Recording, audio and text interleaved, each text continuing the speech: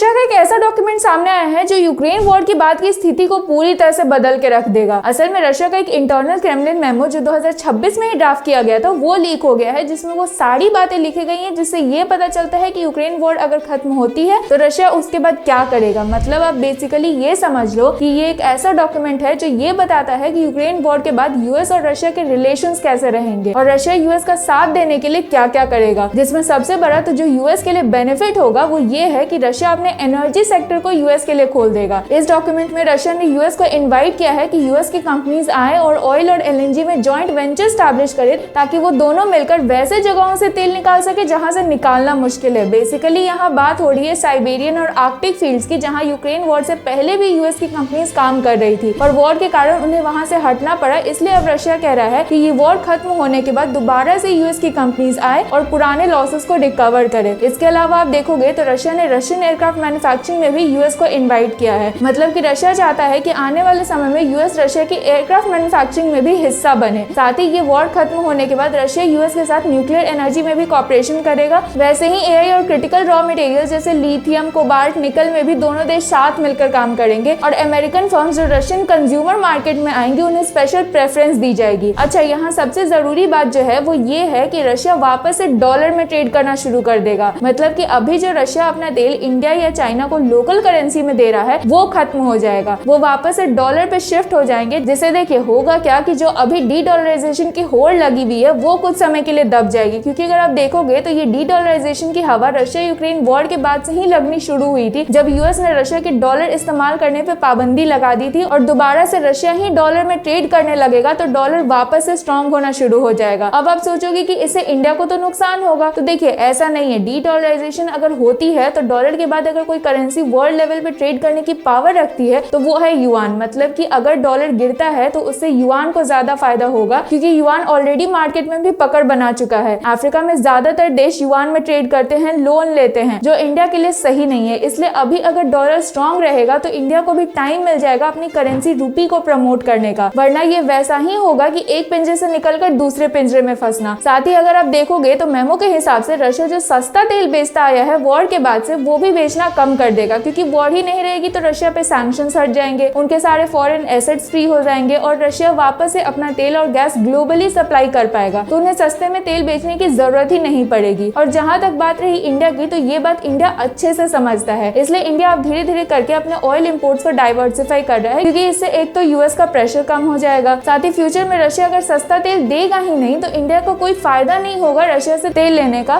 क्योंकि वो उल्टा हमें उतनी दूर से मंगाने के कारण महंगा ही पड़ेगा। पर हाँ, इससे इंडिया की जो बहुत बड़ी टेंशन है कि रशिया और चाइना क्लोज आते जा रहे हैं वो कम हो जाएगी, क्योंकि वॉर के बाद रशिया बहुत ज्यादा डिपेंडेंट हो गया था चाइना पे। जो वॉर खत्म होने से वो डिपेंडेंसी भी खत्म हो जाएगी। पर देखिए ये सब तभी हो पाएगा जब ये वॉर रशिया के शर्तों पे खत्म होगी। जैसे यूक्रेन अपनी जमीन छोड़े, नेटो का कभी मेंबर ना बने और अपने ट्रूप्स लिमिट कर दे, तभी ये सारी चीजें रियल में हो पाएगी। और जहां तक बात रही इस मेमो की, तो ये बस यूएस को लालच देने के लिए है, क्योंकि ट्रम्प को अगर रशिया से फायदा होता दिखेगा तो वो रशिया के साइड से ही बात करेंगे। इसलिए रशिया उन्हें तेल, गैस मैन्युफैक्चरिंग ये सब का लालच दे रहा है ताकि अल्टीमेटली यूएस को भी फायदा हो जाए और रशिया की भी यूएस यूक्रेन पे प्रेशर बना के सारी शर्तें मनवा ले। सो इस वीडियो के लिए बस इतना ही। सब्सक्राइब करना मत भूलना। मिलेंगे नेक्स्ट वीडियो में। जय हिंद।